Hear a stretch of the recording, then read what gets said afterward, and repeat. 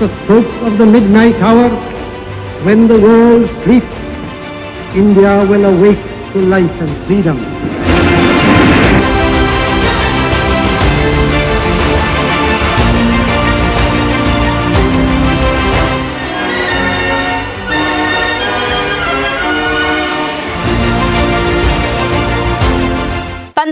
हमारे लिए सिर्फ एक दिन नहीं, एक इमोशन है, लेकिन इस इमोशन के साथ कई सवाल भी आते हैं। जिस दिन भारत आज़ाद हुआ उस दिन भारत असल में था कैसा? इसी के साथ क्या पूरा देश एक साथ आज़ाद हुआ था? क्या हर रियासत भारत के साथ थी? क्या सरकार के पास सब कुछ पहले से ही तैयार था? और इन सब चीज़ों के बीच सबसे बड़ा सवाल आता है कि जिस आज़ादी को हम आज सेलिब्रेशन के रूप में देखते हैं, उसके पीछे कितनी जल्दबाजी रही, कितनी उलझनें रही और कितने लोगों ने कुर्बानी दी थी। कहानी शुरू होती है उस फैसले से जिसका इंतजार भारत दशकों से कर रहा था। ब्रिटिश सत्ता से भारत को आज़ादी मिलनी थी, लेकिन सवाल यही था कि आखिर कब? शुरुआती योजना के मुताबिक सत्ता हस्तांतरण के लिए जून 1948 का समय तय किया गया, लेकिन घटनाक्रम इतनी तेजी से बढ़ा कि 1947 में ही आज़ादी की तारीख तय की गई और तारीख रखी गई 15 अगस्त 1947। अब सवाल सिर्फ राजनीति का नहीं था, सवाल था आम आदमी की जिंदगी का। 1947 का भारत आज के डिजिटल इंडिया जैसा बिल्कुल भी नहीं था। साक्षरता सीमित थी, ट्रांसपोर्ट सुविधाएं सीमित थी और व्यवस्था जो प्रशासनिक थी वो भी एक बड़े ट्रांजिशन से गुजर रही थी। देश की आबादी बड़ी थी, कितनी ज़्यादा नहीं, लेकिन संसाधन जो है वो आज की तुलना में बहुत ज़्यादा सीमित थे।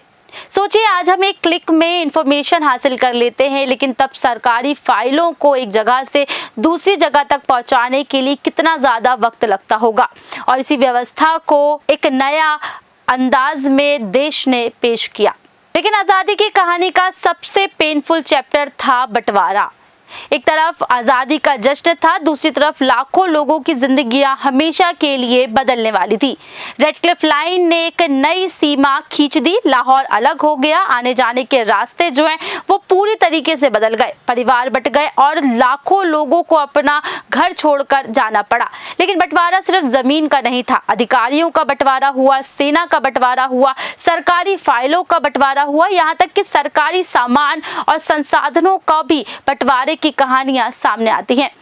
पाकिस्तान को दिए जाने वाले पैसे पर आज भी सवाल खड़े होते हैं। सिंधु नदी का पानी का विवाद जो है वो भी लगातार गर्माता रहता है। या फिर बात की जाए कश्मीर की, आज़ादी के साथ कई ऐसे सवाल पैदा हुए जिनका असर आने वाले दशकों तक रहने वाला था। 1947 का भारत बटा हुआ था, संसाधन सीमित थे, व्यवस्थाएं ट्रांजिशन में थी, लेकिन एक बहुत बड़ा सपना था, एक ऐसा सपना जहां भारत अपने निर्णय खुद ले सके। 79 साल बीत चुके हैं, भारत के हाथ में स्मार्टफोन है, स्पेस में सैटेलाइट है और दुनिया के सामने अपनी बुलंद आवाज है। इसलिए 15 अगस्त सिर्फ ये याद करने का दिन नहीं कि हम आज़ाद हुए थे, बल्कि ये दिन वो सोचने का भी है कि उस आज़ादी के पीछे हमने क्या कुछ खोया और क्या कुछ पाया और कैसे हमने इस दिन को अपना बनाया। This is not just history, this is story of how India become India.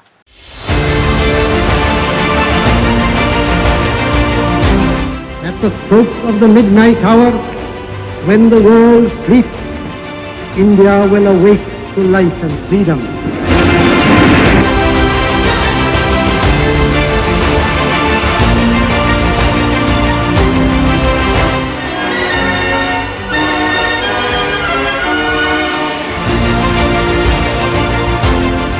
आज हम जिस भारत को एक विशाल, एकजुट और संप्रभु राष्ट्र के रूप में देखते हैं, क्या हमेशा से भारत ऐसा ही था? क्या आज़ादी से पहले भारत का नक्शा भी आज जैसा ही था? जवाब है नहीं। 1947 से पहले भारतीय उपमहाद्वीप एक विशाल और जटिल राजनीतिक भूभाग था। एक तरफ ब्रिटिश शासन के अधीन प्रांत थे तो दूसरी तरफ सैकड़ों देसी रियासतें थी। कहीं राजा का शासन था, कहीं नवाब की हुकूमत, कहीं महाराजा का राज, और इन सब के बीच करोड़ों भारतीय एक ऐसे भविष्य की प्रतीक्षा कर रहे थे जिसमें उनके देश का शासन विदेशी सत्ता या किसी शासक के हाथ में नहीं बल्कि जनता की इच्छा से तय हो। फिर आया 15 अगस्त 1947 भारत आज़ाद हुआ। आज़ादी तो मिली, लेकिन भारत के सामने एक और विशाल चुनौती खड़ी थी, देशी रियासतों का भारतीय संघ में एकीकरण। और इस ऐतिहासिक चुनौती के केंद्र में थे सरदार वल्लभ भाई पटेल और उनके महत्वपूर्ण प्रशासनिक सहयोगी बीपी मेनन। यह सिर्फ कागजों पर दस्तखत कराने का काम नहीं था, इसके पीछे थी लंबी बातचीत, राजनीतिक दबाव, कूटनीति, जनता के आंदोलन और कुछ मामलों में सैन्य कार्रवाई। भारत के एकीकरण की इस कहानी में 5 उदाहरण विशेष रूप से सामने आते हैं, जिसमें भोपाल, जूनागढ़, जम्मू कश्मीर, हैदराबाद और गोवा। नवाब की रियासत से मध्य प्रदेश का हिस्सा बनने तक सबसे पहले बात भोपाल की करते हैं। मध्य भारत में स्थित भोपाल रियासत पर लंबे समय तक नवाबों का शासन रहा। आज़ादी के समय भोपाल के शासक थे नवाब हमीद उल्लाह खान। वे देशी रियासतों की राजनीति में प्रभावशाली व्यक्ति थे और चैम्बर ऑफ प्रिंसेस के चांसलर भी रह चुके थे। भारत की आज़ादी करीब आ रही थी और भोपाल के सामने भी वही सवाल खड़ा था, क्या भारत के साथ विलय किया जाए। नवाब हमीदुल्लाह खान तत्काल भारत में विलय के पक्ष में नहीं थे। वे भोपाल की अलग राजनीतिक स्थिति बनाए रखने की संभावना तलाश रहे थे, लेकिन राजमहल के बाहर परिस्थितियां बदल रही थी। भोपाल की जनता में राजनीतिक जागरूकता बढ़ रही थी। जिम्मेदार सरकार और लोकतांत्रिक व्यवस्था की मांग तेज हो रही थी। यानी एक तरफ थी सदियों पुरानी रियासती व्यवस्था और दूसरी तरफ था लोकतांत्रिक भारत का नया विचार। धीरे धीरे दबाव बढ़ता गया। भारत सरकार और भोपाल के बीच बातचीत चलती रही। आखिरकार समझौते का रास्ता निकला। 30 अप्रैल 1949 को भोपाल के भारत में विलय से संबंधित समझौते पर हस्ताक्षर हुए और 1 जून 1949 से भारत सरकार ने भोपाल का प्रशासन अपने हाथ में ले लिया। इस तरह भोपाल भारतीय संघ का हिस्सा बन गया। अब कहानी पहुंचती है पश्चिम भारत में। काठियावाड़ क्षेत्र में स्थित थी जूनागढ़ रियासत। इसके शासक थे नवाब मुहम्मद महाबत खान जी। 1947 में रियासतों के भविष्य का सवाल उठा तो जूनागढ़ के नवाब ने पाकिस्तान के साथ विलय का निर्णय लिया। पाकिस्तान ने इस विलय को स्वीकार भी कर लिया, लेकिन यहाँ स्थिति बेहद जटिल थी। जूनागढ़ की भौगोलिक स्थिति भारतीय भूभाग से घिरी हुई थी और रियासत के भीतर इस फैसले को लेकर गंभीर राजनीतिक असंतोष पैदा हो गया। विरोध बढ़ने लगा और इसी दौर में सामने आया आरजी हुकूमत। यह आंदोलन नवाब के पाकिस्तान के साथ विलय के फैसले के खिलाफ था। स्थिति लगातार बिगड़ती गई। आखिरकार नवाब पाकिस्तान चले गए। नवंबर 1947 में भारत सरकार ने जूनागढ़ के प्रशासन को अपने नियंत्रण में ले लिया, लेकिन अब एक बड़ा सवाल सामने था, आखिर जनता क्या चाहती है। भारत सरकार ने जनमत संग्रह कराने का फैसला किया। फरवरी 1948 में जूनागढ़ में जनमत संग्रह हुआ। नतीजा बेहद स्पष्ट था। कुल 1,90,870 वोट पड़े। इनमें 1,90,789 वोट भारत के पक्ष में और केवल 91 वोट पाकिस्तान के पक्ष में पड़े। जनमत संग्रह के बाद जूनागढ़ का भारत में शामिल होना सुनिश्चित हुआ। इसके बाद जूनागढ़ को सौराष्ट्र के प्रशासनिक ढांचे में शामिल किया गया और आगे चलकर यह गुजरात का हिस्सा बना। अब कहानी पहुंचती है भारत के उत्तर में, जम्मू कश्मीर। यह एक ऐसा विशाल रियासत थी। इसके शासक थे महाराजा हरि सिंह।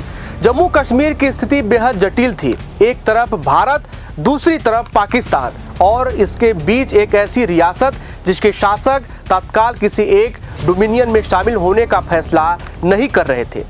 महाराजा हरि सिंह अपनी रियासत की अलग स्थिति बनाए रखने की संभावना पर विचार कर रहे थे, लेकिन अक्टूबर 1947 में घटनाएं तेजी से बदल गई। रियासत पर कबायली लड़ाकों का हमला हुआ और स्थिति गंभीर होती चली गई। महाराजा ने भारत से सैन्य सहायता मांगी। भारत सरकार ने सहायता को रियासत के भारत में विलय से जोड़ा। 26 अक्टूबर 1947 को महाराजा हरि सिंह ने विलय पत्र पर हस्ताक्षर किए। अगले दिन 27 अक्टूबर को भारत के गवर्नर जनरल लॉर्ड माउंटबेटन ने इसे स्वीकार किया। इसके बाद भारतीय सेना जम्मू कश्मीर की रक्षा के लिए पहुंची अब आते हैं उस रियासत पर जिसने भारत सरकार के सामने सबसे बड़े गंभीर चुनौतियों में से एक खड़ी थी। हैदराबाद भारतीय उपमहाद्वीप की सबसे बड़ी रियासतों में से एक था। इसके शासक थे निजाम मीर उस्मान अली खान। हैदराबाद की अपनी प्रशासनिक व्यवस्था थी। निजाम तत्काल भारत में विलय के पक्ष में नहीं थे। वे हैदराबाद की अलग राजनीतिक स्थिति बनाए रखना चाहते थे, लेकिन समस्या सिर्फ राजनीतिक नहीं थी। हैदराबाद भारत के भौगोलिक केंद्र में स्थित था। नवंबर 1947 में दोनों पक्षों के बीच स्टैंड स्टील एग्रीमेंट हुआ। इसका उद्देश्य तत्काल मौजूदा स्थिति को बनाए रखना था, लेकिन यह स्थायी समाधान साबित नहीं हुआ। हैदराबाद के भीतर भी राजनीतिक संघर्ष तेज हो रहा था। लोकतांत्रिक अधिकारों और भारत के साथ विलय की मांग उठ रही थी। दूसरी तरफ निजाम समर्थक शक्तियां अपनी स्थिति बनाए रखने की कोशिश कर रही थी।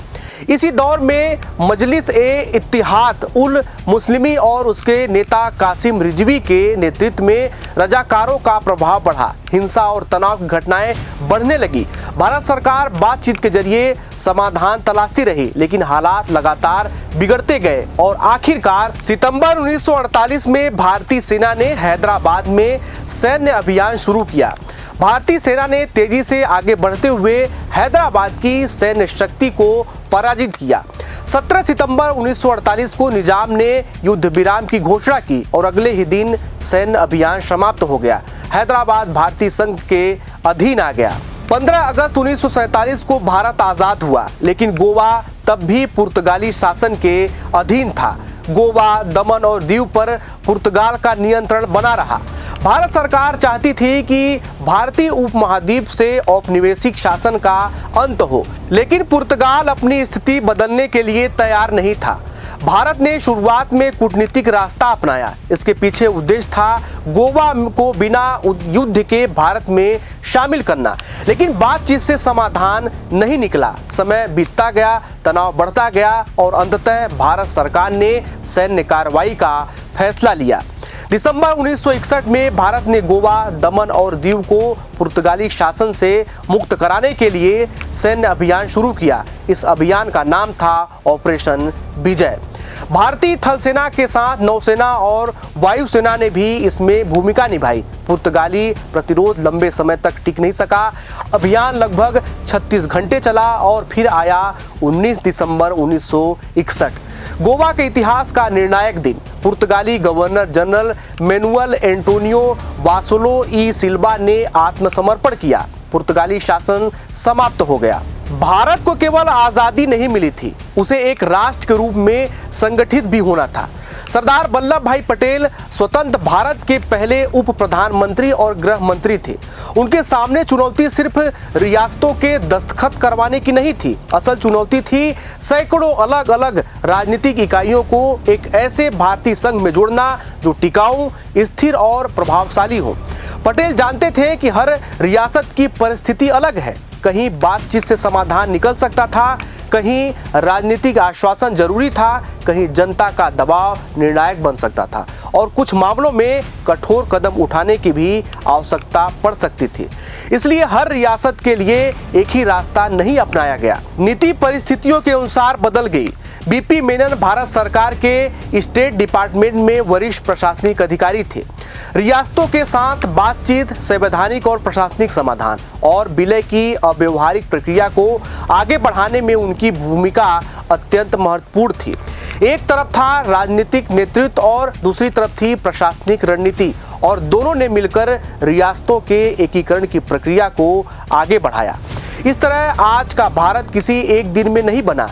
यह बना बातचीत से, समझौते से, कूटनीति से, जन आंदोलनों से, प्रशासनिक पुनर्गठन से और कुछ कठिन संघर्षों से। इसके पीछे उन लाखों लोगों की आकांक्षाएं भी थी जो एक ऐसे भारत में जीना चाहते थे जहां शासन किसी राजा या नवाब की इच्छा से नहीं, बल्कि जनता की संप्रभुता से तय हो। आज के लिए फिलहाल इतना ही। उम्मीद है हमने जो जानकारी आपको दी आपको अच्छी लगी होगी।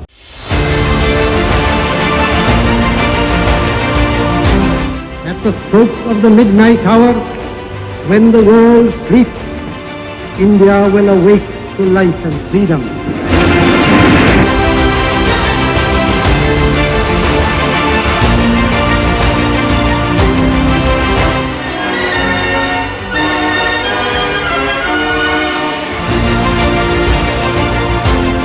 नमस्कार, मैं हूं विनोद तिवारी। आप देख रहे हैं हमारा स्पेशल प्रोग्राम 15 अगस्त 1947। दिल्ली में तिरंगा फहरा रहा था। लाखों करोड़ों भारतीयों के लिए यह सिर्फ सत्ता परिवर्तन का नहीं था, ये एक ऐसी उम्मीद की शुरुआत थी जिसमें अपना संविधान होगा, अपनी सरकार होगी और देश का भविष्य तय करने का अधिकार भी भारतीयों के हाथ में होगा। लेकिन आज़ादी के समय भारत की ज़मीन पर हकीकत कुछ और थी। देश की अर्थव्यवस्था कमज़ोर थी, आबादी का बड़ा हिस्सा गांवों में रहता था, शिक्षा की पहुंच सीमित थी, स्वास्थ्य सुविधाएं बेहद कम थी, सड़क और परिवहन का नेटवर्क आज की तुलना में बहुत छोटा था।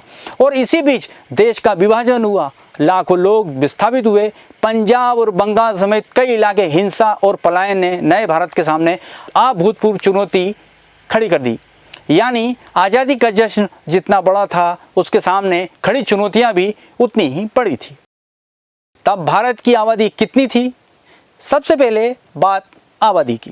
यहाँ एक बात समझना जरूरी है, 1947 में भारत की सीमाएं आज जैसी नहीं थी। विभाजन के बाद भारत और पाकिस्तान अलग देश बने, इसलिए 1947 के भारत की आबादी को आज के भारत की सीमा के साथ सीधे जोड़कर देखना ऐतिहासिक रूप से सही नहीं होगा।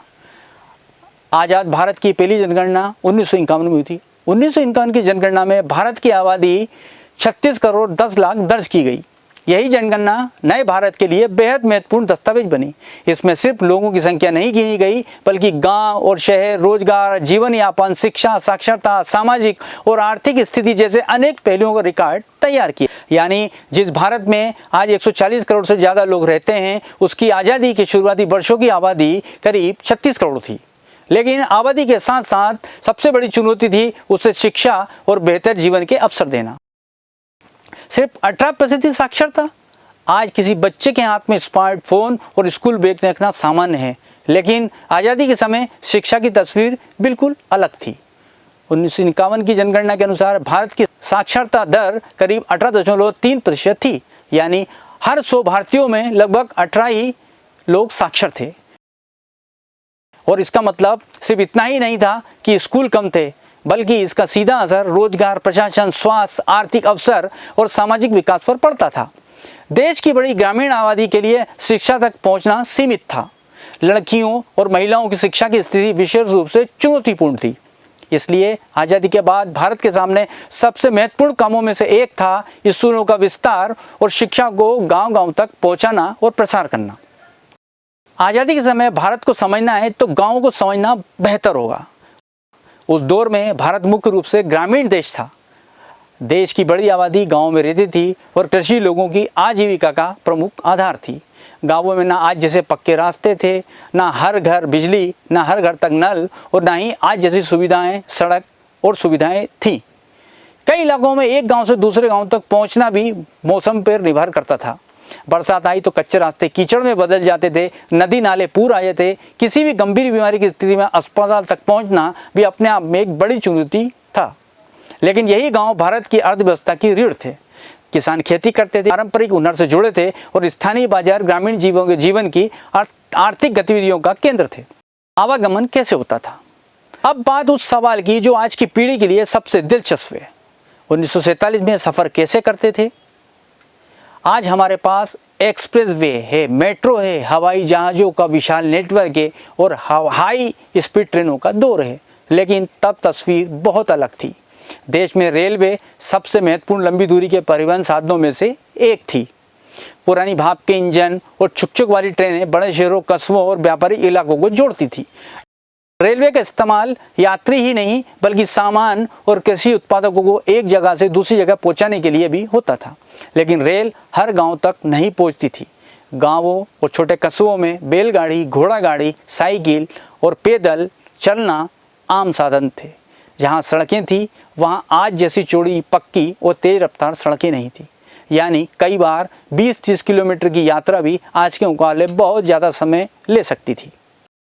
रेल थी लेकिन आज जैसी नहीं। रेलवे अंग्रेजों के दौर में मुख्य रूप से प्रशासन, व्यापार और सैनिक आवागमन के लिए विकसित की गई थी।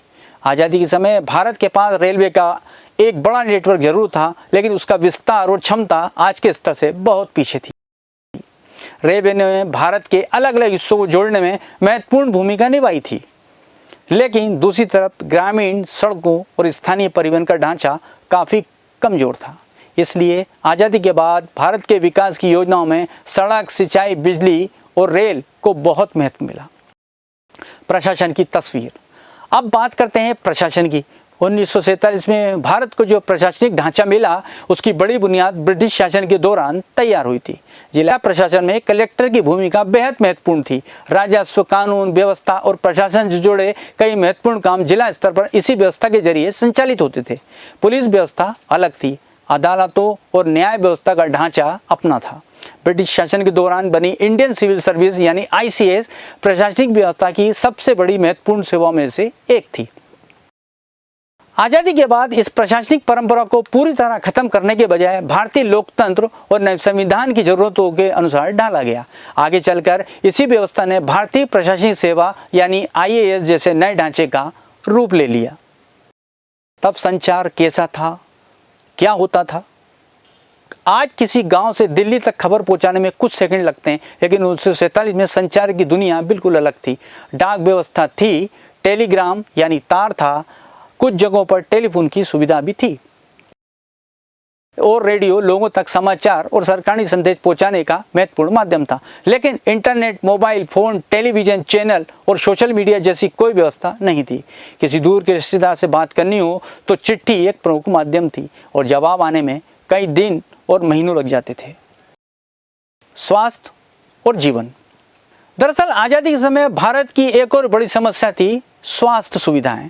अस्पताल और डॉक्टरों की संख्या सीमित थी। ग्रामीण इलाकों में चिकित्सा सुविधाओं की पहुंच बेहद कम और ना के बराबर थी। बीमारियां बड़ी चुनौती थी। मातृ एवं शिशु स्वास्थ्य भी गंभीर चिंता का विषय था। यानी नए भारत को सड़क और स्कूल ही नहीं बनाने थे, बल्कि उसे अस्पताल भी बनाने थे। स्वच्छ पानी और स्वच्छता की व्यवस्था भी मजबूत करनी थी।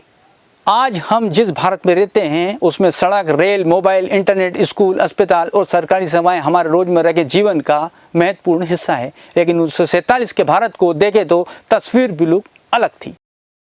आज़ादी करीब 36 करोड़ के स्तर पर थी। साक्षरता लगभग 18% थी और बड़ी आबादी गाँव में रहती थी और परिवहन तथा संचार के साधन सीमित थे। इसके बावजूद इसी भारत ने लोकतंत्र को चुना और अगले कुछ दशकों में से आधुनिक राष्ट्र के निर्माण की दिशा में कई कदम बढ़ाए। 1947 का भारत, जहां रेल भाप के इंजन से चलती थी, वहीं आज का भारत जहां सेमी हाई स्पीड ट्रेनें दौड़ रही हैं, तब गांव का रास्ता बैलगाड़ी और पैदल तय होता था। कहीं कहीं तो नाव में भी सफ़र करना पड़ता था और कहीं कहीं डोलियों में सफ़र करना पड़ता। एक्सप्रेस वे और पक्की सड़कों से जुड़ रहे हैं, तब खबर चिट्ठी और तार से पहुंचती थी। आज एक मोबाइल पूरी दुनिया को जेब में समेटे हुए है, तब साक्षरता करीब 18% थी। आज शिक्षा देश के विकास का सबसे बड़ा आधार बन चुकी है। लेकिन इस बदलाव को समझने के लिए उस शुरुआती भारत को याद करना बेहद ज़रूरी है। 15 अगस्त 1947 को भारत आज़ाद हुआ था, लेकिन असली निर्माण उसके बाद शुरू हुआ। एक गरीब और ग्रामीण देश को आधुनिक राष्ट्र बनाना था। आज शिक्षा से लड़ना था, सड़कें बनानी थी, रेल का विस्तार करना था, स्कूल और अस्पताल खोलने थे, प्रशासन को लोकतांत्रिक बनाना था और सबसे बड़ी बात, अलग अलग भाषा, धर्म, संस्कृति और क्षेत्रों वाले करोड़ों लोगों को तांत्रिक राष्ट्र की पहचान से जोड़ना था। आज़ादी की कहानी सिर्फ उस रात की कहानी नहीं है जब सत्ता भारतीयों के हाथ में आई। ये उन करोड़ों लोगों की कहानी है जिन्होंने उसके बाद भारत को बनाने में अपना महत्वपूर्ण योगदान दिया। 1947 में जहाँ से सफ़र शुरू हुआ था, वहाँ से आज का भारत बहुत आगे आ चुका है, बदल चुका है। आज जेन अल्फा की बात तो हो रही है। इंटरनेट की नई वर्चुअल दुनिया में भारत कदम ताल कर रहा है और हम चांद और मंगल पर पहुंच गए हैं। ये सब देशभक्ति के जज्बे की वजह से, जिन्होंने आज़ादी के लिए जान गंवा दे वीरों को नहीं, भारत को नया भारत बनाते लोगों का संघर्ष करीब से नहीं देखा। शायद उनके लिए ही ये कहा गया है, इस देश को रखना मेरे बच्चों संभाल के। मुझे दीजिए इजाज़त। इस कार्यक्रम में इतना ही। नमस्कार।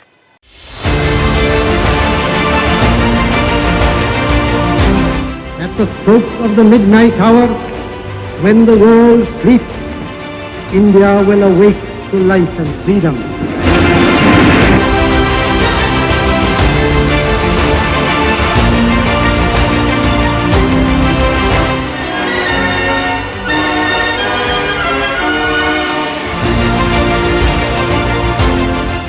EV27 न्यूज़ देख रहे हैं आप और मेरा नाम है आलोक त्रिपाठी। 15 अगस्त 1947 भारत आज़ाद हुआ, लेकिन इसी आज़ादी के साथ दुनिया का सबसे दर्दनाक बंटवारा भी हुआ था। लाखों लोग रातों रात शरणार्थी बन गए, लाखों मारे गए और करोड़ों की ज़िंदगी बदल गई। लेकिन क्या आप जानते हैं कि सिर्फ ज़मीन का नहीं बल्कि शहरों, नदियों, सरकारी दफ्तरों, सेना, पैसों, ट्रेनों, फाइलों और यहाँ तक कि कुर्सी मेज़ तक का बंटवारा भी हुआ था।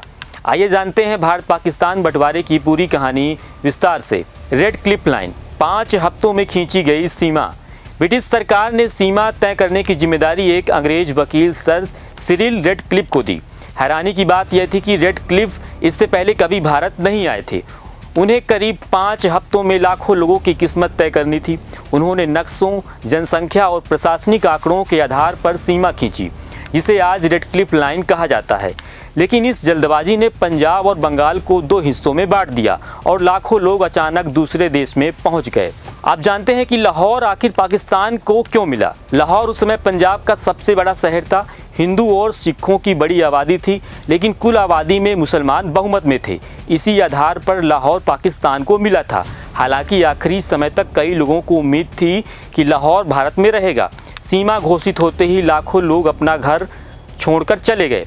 आप जानते हैं कि कश्मीर का रास्ता और सबसे बड़ा विवाद। जम्मू कश्मीर किसी भी देश में तुरंत शामिल नहीं हुआ था। महाराजा हरि सिंह स्वतंत्र रहना चाहते थे। अक्टूबर 1947 में पाकिस्तान की ओर से कबायली हमला हुआ था। इसके बाद महाराजा ने भारत से मदद मांगी और इंस्ट्रूमेंट ऑफ एक्सेशन पर हस्ताक्षर कर भारत में विलय स्वीकार किया था। यहीं से कश्मीर विवाद शुरू हुआ, जो आज भी पूरी तरह खत्म नहीं हुआ है। बंगाल का बंटवारा और बाद में बना Bangladesh.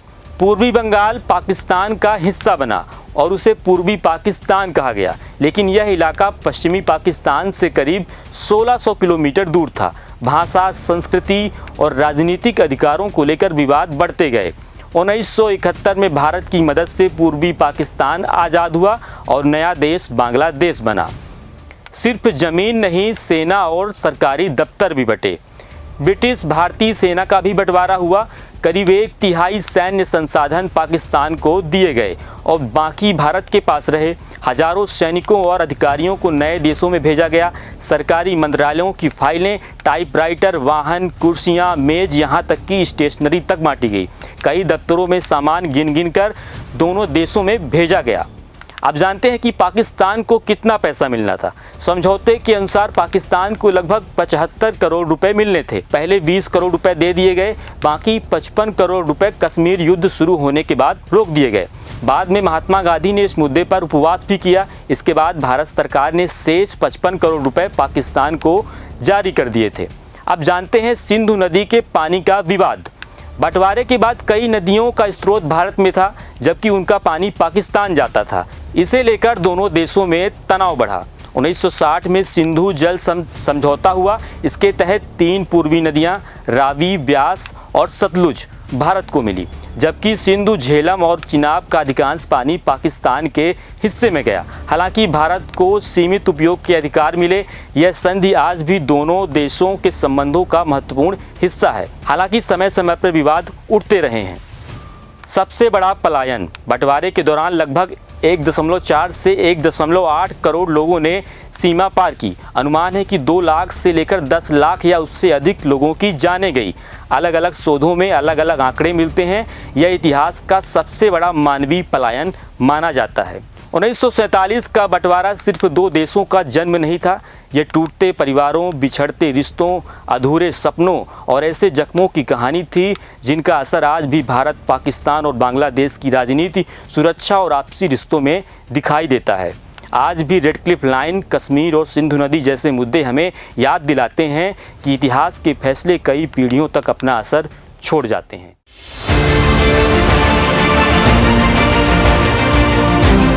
At the stroke of the midnight hour, when the world sleeps, India will awake to life and freedom.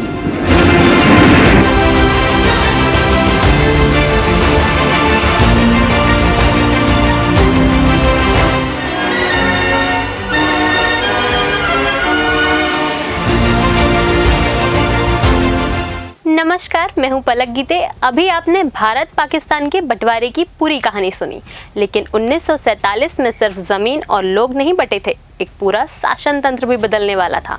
अंग्रेज जा चुके थे और सामने सवाल था, अब भारत को चलाएगा कौन? जिले कौन संभालेगा, प्रशासन कौन चलाएगा, पुलिस कौन संभालेगा और न्याय किसके हाथ में होगा?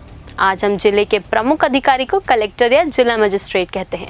प्रशासनिक सेवा में हो तो आईएएस और पुलिस सेवा में हो तो आईपीएस कहते हैं। लेकिन ये व्यवस्था 15 अगस्त 1947 को अचानक पैदा नहीं हुई थी। इसके पीछे करीब 200 साल की एक लंबी कहानी थी। ब्रिटिश शासन में जिले का सबसे महत्वपूर्ण अधिकारी था कलेक्टर।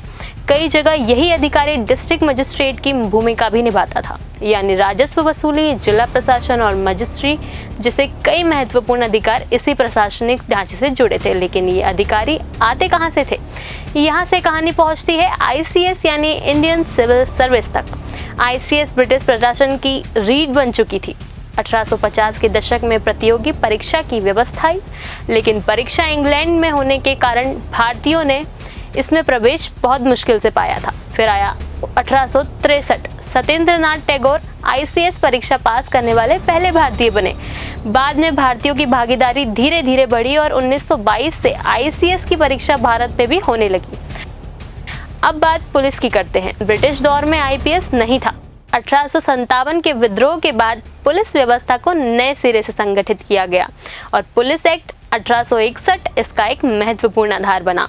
बाद में इंपीरियल पुलिस जैसी सेवाएं विकसित हुई। पुलिस का काम कानून व्यवस्था बनाए रखना था, लेकिन यह औपनिवेशिक शासन का हिस्सा भी थी और ब्रिटिश सत्ता के नियंत्रण को बनाए रखना उसकी बड़ी भूमिका थी। अब आते हैं न्याय पर।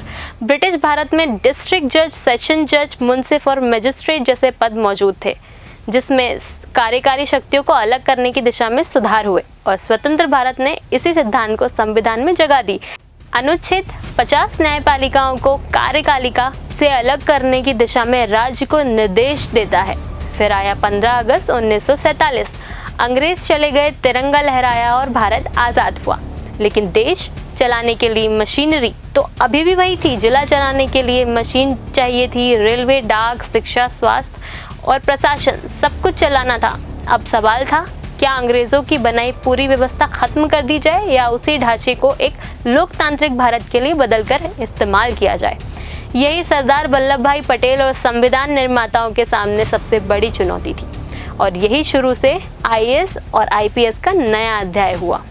पुराने औपनिवेशिक ढांचे से नई भारतीय अखिल भारतीय सेवाओं की ओर संक्रमण हुआ। बाद में ऑल इंडिया सर्विसेज एक्ट 1951 ने आईएएस और आईपीएस जैसी सेवाओं को वैधानिक आधार दिया। और सबसे दिलचस्प बात, कलेक्टर का पद खत्म नहीं हुआ, बल्कि उसे एक नए लोकतांत्रिक भारत में नई भूमिका मिली, क्योंकि 1947 के बाद सबसे बड़ा बदलाव सिर्फ नाम का नहीं था, सत्ता के उद्देश्य का था। अंग्रेजों के समय प्रशासन का उद्देश्य था साम्राज्य को चलाना और नियंत्रण बनाए रखना। आज़ाद भारत में प्रशासन का उद्देश्य बना संविधान के अनुसार शासन करना और जनता की सेवा करना। यानी इमारत के कई हिस्से पुराने थे, लेकिन मालिक बदल गया, नियम बदल गए और सबसे बढ़कर उद्देश्य बदल गया। अंग्रेजों के समय प्रजा थी, आज़ादी के बाद नागरिक हुआ। पहले प्रशासन सत्ता को मजबूत करने का साधन था, अब उससे उम्मीद थी कि वह संविधान, कानून, नागरिकों के आधारों की प्रति जवाबदेह हो। तो 1947 को सिर्फ देश आज़ाद नहीं हुआ था, भारत के अपने शासक दिशा में बदली थी। औपनिवेशिक सत्ता से लोकतांत्रिक शासन तक, प्रजा से नागरिक तक, हुक्म से संविधान तक और शासक से प्रशासन से जनता की सेवा तक। यही है भारत की प्रशासनिक और न्यायिक व्यवस्था की यात्रा, जिसकी शुरुआत ब्रिटिश दौर में हुई, लेकिन जिसकी मंजिल बनी एक लोकतांत्रिक, संवैधानिक और गणतांत्रिक भारत। और शायद इस पूरी कहानी की सबसे बड़ी सीख यही है, देश सिर्फ सीमाओं से नहीं बनता, देश उसकी व्यवस्था, उसके संविधान और उसके नागरिकों से बनता है।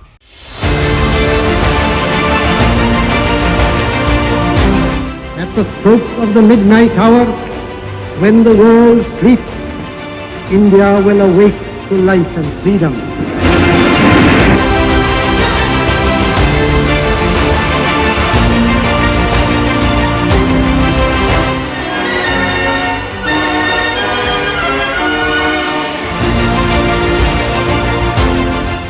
नमस्कार, मैं हूं नीलम और आप देख रहे हैं हमारा खास प्रोग्राम आजादी के बाद बदलते भारत की कहानी।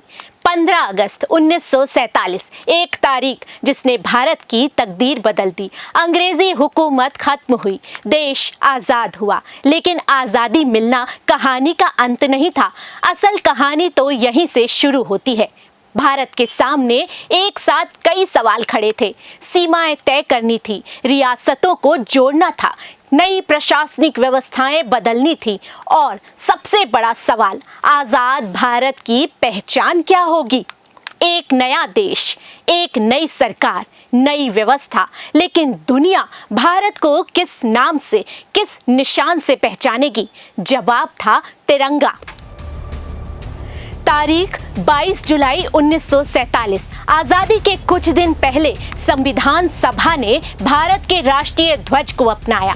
तिरंगा सिर्फ एक कपड़े का टुकड़ा नहीं था, उस वक्त भारत का प्रतीक था जिसने गुलामी से आजादी तक का सफर तय किया था। ऊपर केसरिया, बीच में सफेद, नीचे हरा और सफेद पट्टियों के बीच में 24 तीलियों वाला अशोक चक्र। ये चक्र सारनाथ के अशोक स्तंभ के सिंह शीर्ष के अबेकस से दिखाई देने वाला धर्म चक्र से लिया गया। तिरंगे के तीनों रंगों का भी अपना महत्व है। आजाद भारत ने अपनी पहचान, अपने इतिहास और अपनी सभ्यता से जोड़ दी। लेकिन तिरंगे की कहानी यहीं खत्म नहीं हुई। आजादी के बाद भी राष्ट्रीय ध्वज से जुड़े नियमों में बदलाव होते रहे। 2002 में फ्लैग कोड ऑफ इंडिया में बड़ा बदलाव हुआ। इसके बाद आम नागरिकों को भी निर्धारित नियमों के तहत अपने घरों और संस्थानों पर राष्ट्रीय ध्वज फहराने का अधिकार मिला। यानी तिरंगा सिर्फ सरकार की इमारतों पर दिखाई देने वाला झंडा नहीं रहा, वो हर भारतीय के घर की शान बन गया। लेकिन देश की पहचान सिर्फ झंडे से नहीं बनती, जरूरी थी एक ऐसी आवाज की जो पूरे देश में एक साथ खड़ा कर गूंजे। और फिर बारी आई राष्ट्रीय गान की। रविंद्रनाथ टैगोर द्वारा रचित जन गण मन 24 जनवरी 1950 को संविधान सभा ने इसे भारत के राष्ट्रीय गान के रूप में स्वीकार किया। ये सिर्फ एक गीत नहीं था, इसने दिखाया था एक ऐसा भारत जहां अलग अलग भाषाएं, अलग अलग प्रदेश, अलग अलग संस्कृतियां, लेकिन भावना एक है, भारत। इसके बाद बारी आई भारत के उन प्रतीकों की जो देश की पहचान को और मजबूत करने वाले थे। सबसे पहले राष्ट्रीय प्रतीक भारत ने चुना सारनाथ का सिंह स्तंभ। 4 सिंह चारों दिशाओं में मुंह किए हुए, नीचे धर्म चक्र और उसके साथ घोड़ा, बैल और अन्य प्रतीक। इसी सिंह शीर्ष को भारत के राजकीय प्रतीक के रूप में अपनाया गया। नीचे लिखा गया सत्यमेव जयते। आजाद भारत के शासन और लोकतंत्र के मूल विचार को सामने रखता है, सत्य की ही जीत होगी। लेकिन सवाल सिर्फ ये नहीं था कि भारत का राजकीय प्रतीक क्या होगा, सवाल ये भी था कि भारत की प्राकृतिक पहचान क्या होगी। जवाब मिला बाघ। 18 नवंबर 1972 को रॉयल बंगाल टाइगर को भारत का राष्ट्रीय पशु घोषित किया गया। इससे पहले एशियाई शेरों को राष्ट्रीय पशु माना जाता था, लेकिन बाघ की ताकत, फुर्ती, शानदार व्यक्तित्व और भारतीय वन्य जीव में उसके महत्व को देखते हुए राष्ट्रीय पशु की पहचान दिलाई और उसी दौर में बाघों के संरक्षण की जरूरत भी तेजी से सामने आई। फिर बारी आई राष्ट्रीय पक्षी चुनने की। 26 जनवरी 1983 को मोर को भारत का राष्ट्रीय पक्षी घोषित किया गया। अब मोर क्यों? सिर्फ सुंदर नहीं था, वो भारतीय संस्कृति, कला, परंपरा और इतिहास में सदियों से मौजूद था। भारत के अलग अलग हिस्सों में आसानी से पहचान जाने वाला मोर भारत की सांस्कृतिक विरासत का प्रतीक बन गया। अब बारी है राष्ट्रीय पुष्प की, प्रकृति की एक और पहचान, कमल। भारत का राष्ट्रीय पुष्प कीचड़ में खिलकर भी अपनी सुंदरता और निर्मलता को बनाए रखने वाला कमल भारतीय संस्कृति आध्यात्मिक परंपरा में सदियों से महत्वपूर्ण रहा है। यही वजह है कि कमल को पवित्रता, आध्यात्मिकता और कठिन परिस्थितियों में भी आगे बढ़ने के प्रतीक के रूप में देखा गया और यही वजह है कि उसे राष्ट्रीय पुष्प के रूप में सम्मान दिया गया। धीरे धीरे आजाद भारत की पहचान की तस्वीर पूरी होने लगी। एक तरफ तिरंगा, दूसरी तरफ जन गण मन, राजकीय प्रतीक सारनाथ सिंह, पशु, बाघ, राष्ट्रीय पक्षी, मोर, राष्ट्रीय पुष्प, कमल, हर प्रतीक भारत की कहानी का एक हिस्सा था। लेकिन सवाल अभी भी बाकी था, भारत का राष्ट्रीय खेल कौन सा होगा?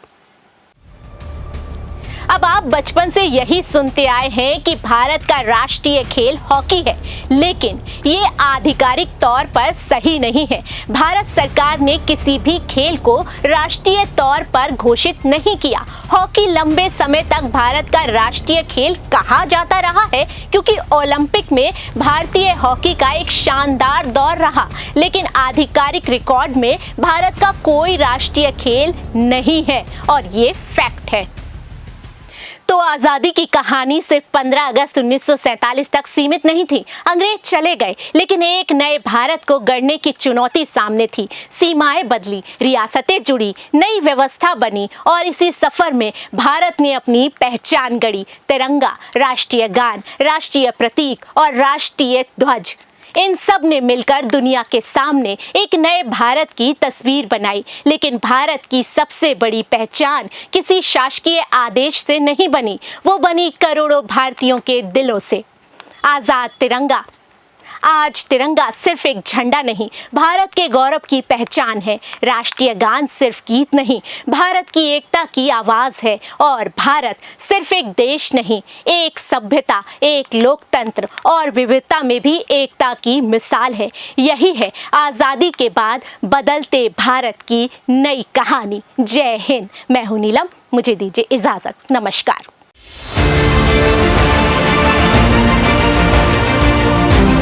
At the stroke of the midnight hour, when the world sleeps, India will awake to life and freedom.